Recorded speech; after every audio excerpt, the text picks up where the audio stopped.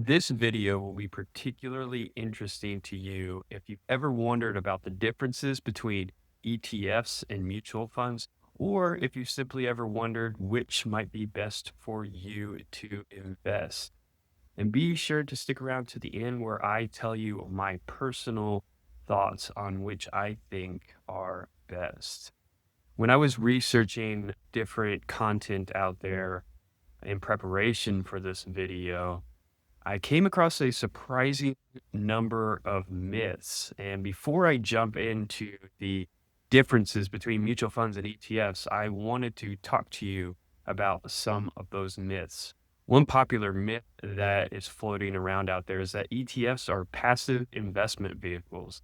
This is simply not true. There are very active ETFs that exist, and even more so in recent years, and there are passive ETFs. A similarly related myth out there is that mutual funds are primarily actively managed, and that is also not true. There are plenty of very large passively managed mutual funds out there.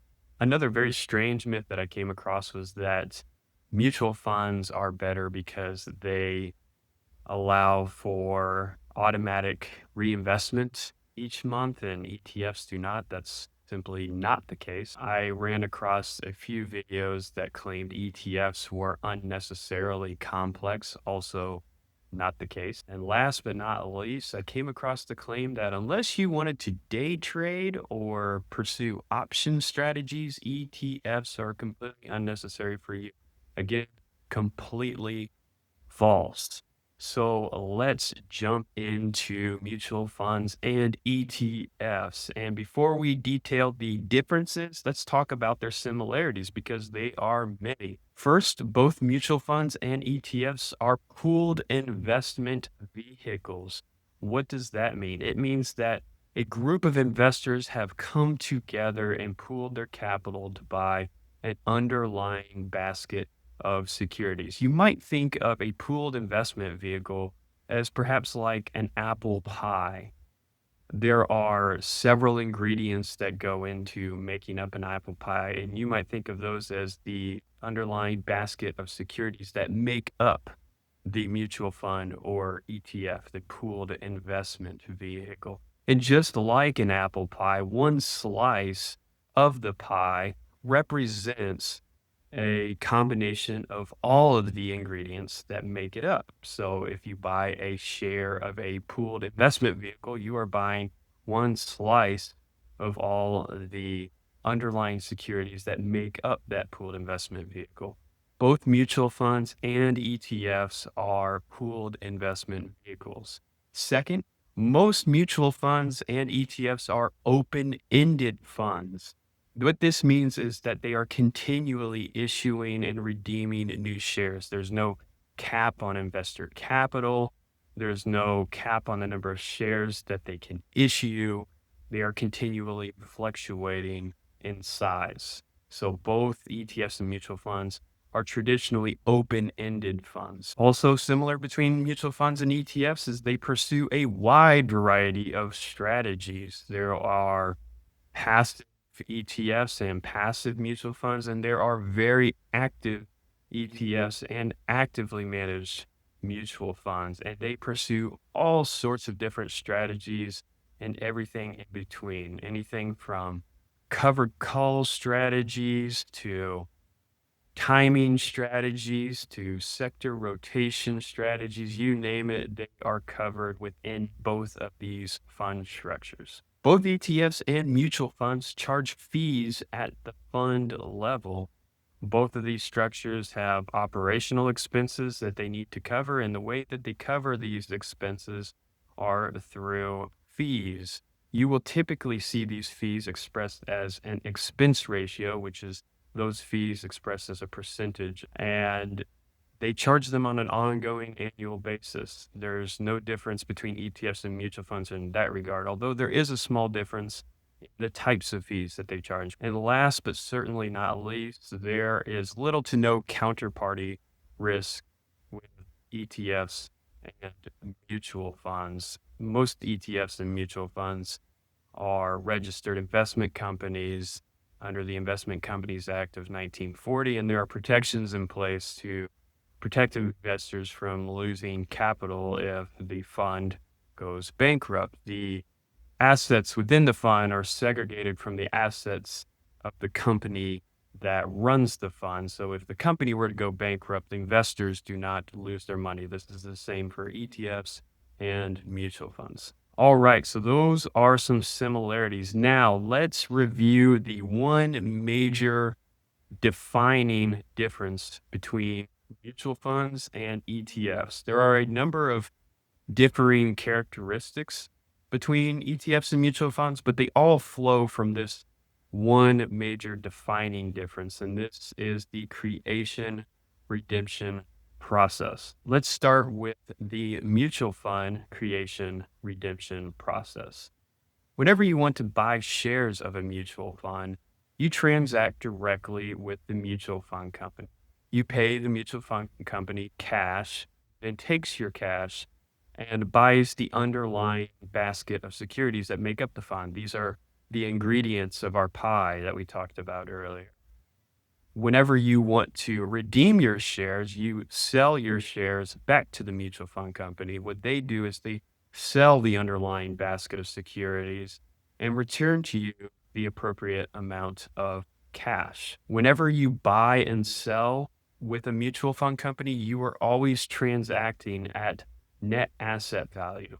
Net asset value is the price each share of the mutual fund should trade at given its underlying basket of securities. You will always trade at this price with mutual fund company. So that's mutual funds. Now let's talk about the creation and redemption process with ETFs, and it is very, very different. I want to preface this by saying there are three main parties I want you to keep in mind in the ETF creation redemption process. There are investors like you and me. There are the ETF companies that issue the shares. And then there's this third party called authorized participants. And authorized participants are very large banks and brokers who act to regulate the supply of ETF shares on the market. ETF investors do not transact directly with ETF companies. They transact with each other on exchanges. The price of each ETF share is determined solely by supply and demand for the shares. And since the supply and demand of the ETF shares could be vastly different than the supply and the demand of each of the individual securities that make up the ETF share, it's important that the supply of ETF shares is regulated on the market. And this is what authorized participants are tasked with. ETF shares are created when authorized participants go into the market and buy the basket of securities that the ETF is designed to represent. They take that basket of securities and deliver it to the ETF company. The ETF company deposits those securities and delivers to the authorized participant one share of the ETF. The authorized participant will then sell that share of the ETF into the market. ETF shares are redeemed when the authorized participant buys ETF shares in the market, delivers them to the ETF company, who redeems them with the underlying basket of securities. The authorized participant will then sell the underlying basket of securities in the market. Anytime there is a difference in the price of the ETF and what it should be priced at given its underlying basket of securities, the authorized participant is tasked with arbitraging away that difference. The way they do this is by buying up either the basket of securities that make up the ETF or by buying up the ETF shares themselves and delivering one or the other to the ETF company. If the ETF company receives the underlying basket of securities from the authorized participant, they will issue shares to the authorized participant, which they will sell into the market. And if the ETF company receives the ETF shares from the authorized participant, they will issue the underlying basket of securities to the authorized participant, who will sell them into the market. So in this way, the authorized participant can regulate the supply of ETF shares. If there are too many ETF shares given the demand in the market, then the price of those ETF shares will drop. The authorized participant will step in to buy up those ETF shares, deliver them to the ETF company, who will redeem them for the underlying securities, which the authorized participant can sell into the market. That buying and selling pressure will tend to reverse any price differences between the ETF shares and their underlying basket of securities. So with mutual funds, you buy directly from the mutual fund company.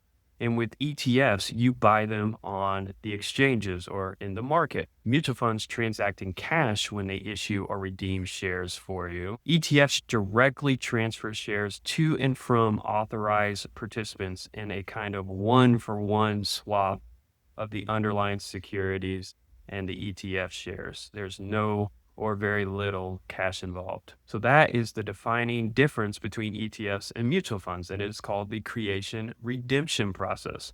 Now, from the creation and redemption process, we get a few key differing characteristics between ETFs and mutual funds, and these are practical to investors. The first key characteristic that differs between ETFs and mutual funds is liquidity and tradability. We saw in the case of mutual funds that they do not trade on exchanges. You do not buy them in the market. You buy them directly from the mutual fund, and they trade at net asset value at all times. What this means is that you can only trade with mutual funds at the end of the business day when they've had a chance to appropriately price their shares at net asset value. This means there is relatively less liquidity in mutual funds because you have to wait a full day before you can redeem your mutual fund shares. With ETFs, it's a little bit different. You can buy and sell them on exchanges as you wish. There is no need to price them at net asset value because of the arbitrage mechanism that holds them relatively in line with their net asset value. That is part of the creation redemption process. Remember, we have authorized participants regulating the supply of ETF shares on the market. One consequence of the ability to trade ETFs in the market is that you are always buying your ETF shares at what's called the ask price, and you are selling them at what's called the bid price. The difference between the bid and the ask is called the bid-ask spread. And for very large ETFs that you are likely to encounter, this bid-ask spread is pretty negligible. And for long-term investors, it's not something you have to worry about too much. But for smaller funds or for funds that perhaps invest in more illiquid assets, this bid-ask spread can actually be pretty substantial. So it is something that you at least want to be aware of. Remember, you are always purchasing at the ask price, which is always going to be higher than the bid price. You are always selling at the bid price, which is always going to be lower than the ask price. Another consequence of the ability for ETFs to trade on exchanges and the arbitrage mechanism that holds the net asset value of the shares relatively in line with the price of the ETF shares is that sometimes ETFs can trade at a premium or discount to their net asset value. And what this means is the actual price in the market of the ETF is a little bit higher than what it should be given its net asset value in the case of a premium, or a little bit less than what it should be than its net asset value in the case of a discount. Now, what's more important is not whether there is a premium or discount on the ETF shares, but rather the volatility of that premium and discount. And this is very neatly illustrated by this graphic that I found. And in this graphic, you can see a fund that trades at an 18 basis point, that's a 0.18% premium consistently, is not going to cause much of a problem for an investor, because if you buy at a 0.18 premium and you have to sell at a 0.18% premium, that's not much of a big deal. you paid a little bit extra up front, but you got a little extra on your way out. Now, the volatility is what's more important. So if you were forced to buy at a much higher premium, in the case of this second fund, and sell at a much lower discount, that is when you would incur some pain. And so the takeaway here is that it's more important to pay attention to the volatility of the premium or discount. The premium or discount of most large and especially domestic funds is going to be fairly negligible and very short lived. It's not something you really have to worry about, although you should be aware of it. But the premium or discount on funds that invest in less liquid assets, perhaps international funds, for example, things that are trading outside the normal market hours of the US market or in more illiquid assets in general, might have a larger premium or discount. And so the authorized participant is tasked with arbitraging the difference between the ETF share price and the net asset value of the ETF share. They need that price difference to at least be substantial enough to cover their costs. Otherwise, they are spending money to reduce a price discrepancy that is smaller than their costs. That wouldn't make economic sense. So for such funds, these are typically smaller, more illiquid funds or funds that trade in more illiquid assets. You might notice a more substantial premium or discount. Again, this is not an issue with mutual funds as they always trade at their net asset value. And lastly, stemming from the ability to trade ETFs on exchanges is that you can also buy them on margin, you can sell them short, and you can employ option strategies. You can buy and sell options on ETFs. You cannot do this with mutual funds.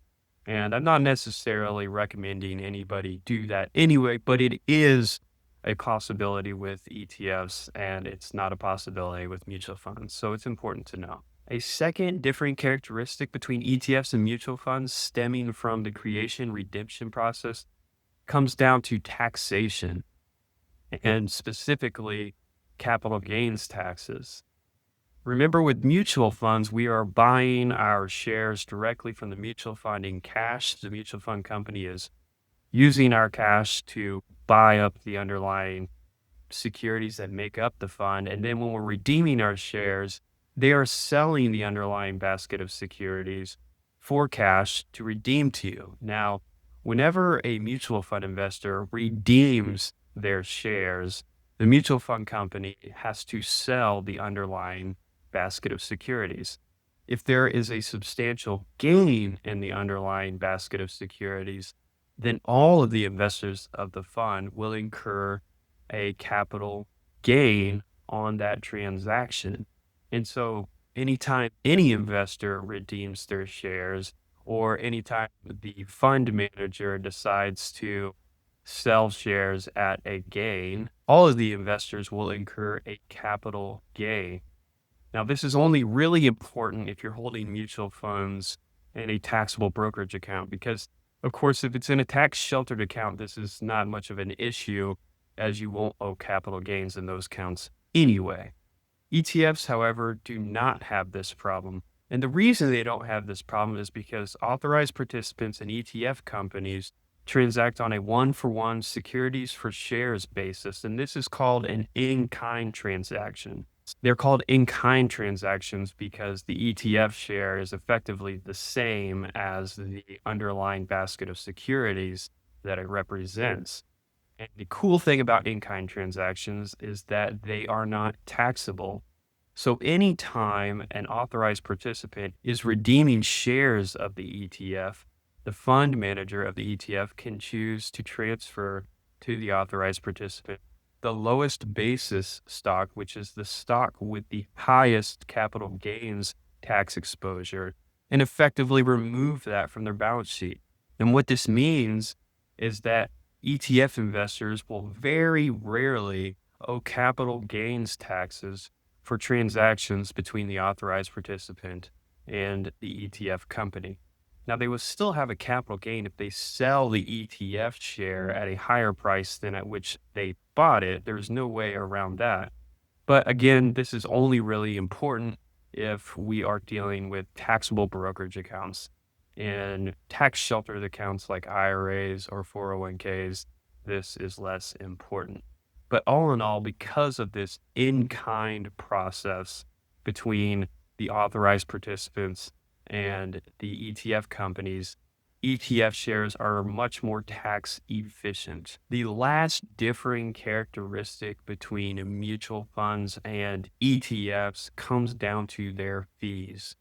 Mutual funds typically have slightly higher fees. For the largest funds, this might be negligible, but for smaller funds, it could be substantial. And the reason they have higher fees is because they have different kinds of fees that compensate the people who distribute the mutual fund shares. The ETF was designed to be distributed on the exchanges, and as such, they do not have fees in place to compensate their distribution channel, as is the case with mutual funds. So you might find a slight advantage in favor of ETFs when it comes to fees. Mutual funds also have different share classes. This is something unique to mutual funds. ETFs typically don't have share classes. But share classes are essentially different fee structures for the same fund. For example, you might have A class shares or C class shares or R class or I or Y. There are many different classes of shares. It's just important for you to know that they all have a different fee structure. And one share class that you should be particularly aware of are A shares. A class shares come with what's called a front load, and a load is just a commission, and sometimes it can be quite substantial. If that's something that you want to avoid, then perhaps it's worth asking whoever is selling you the mutual fund or wherever you're buying the mutual fund if there are any alternatives available. And lastly, I don't think this stems from the creation redemption process, but you will see sometimes that mutual funds have a minimum initial or ongoing investment. This is unique to mutual funds. So it's something to be aware of because sometimes they can be $1,000, $3,000, $10,000. And this is not a characteristic of ETFs. And it's not a characteristic of all mutual funds, but it is a characteristic of some mutual funds. So it is something you should be aware of. Okay, so which do I prefer and which should you invest in? I'm sorry to disappoint you. I'm not going to tell you which you should invest in, but I can give you some general information and tell you which I prefer. I tend to prefer ETFs, and this is my own personal preference. In general, if liquidity and the ability to trade quickly, perhaps to sell funds in an emergency, for example, is important to you, then that would suggest you should prefer ETFs to mutual funds, as mutual funds do not provide you with this opportunity. If the types of funds that you are investing in tend to have higher fees, these are usually smaller or more unique funds, then it might be helpful to look for an ETF version of that fund in such cases, as ETFs tend to typically have a advantage when it comes to fees. If the fund you are looking at has a minimum initial investment amount that you do not have saved up, then that would suggest that you might look for a similar ETF, as those do not have minimum investment amounts. And if you are investing in a taxable account, then that would suggest that you might look at the ETF structure, as you will incur less capital gains distributions from those funds. I hope you found this useful. My name is Erik Goodge. I am a chartered financial analyst. I'm also a certified financial planner and the owner of UVest Advisory, an independent registered investment advisory firm. I look forward to hearing from you in the comments about what you think.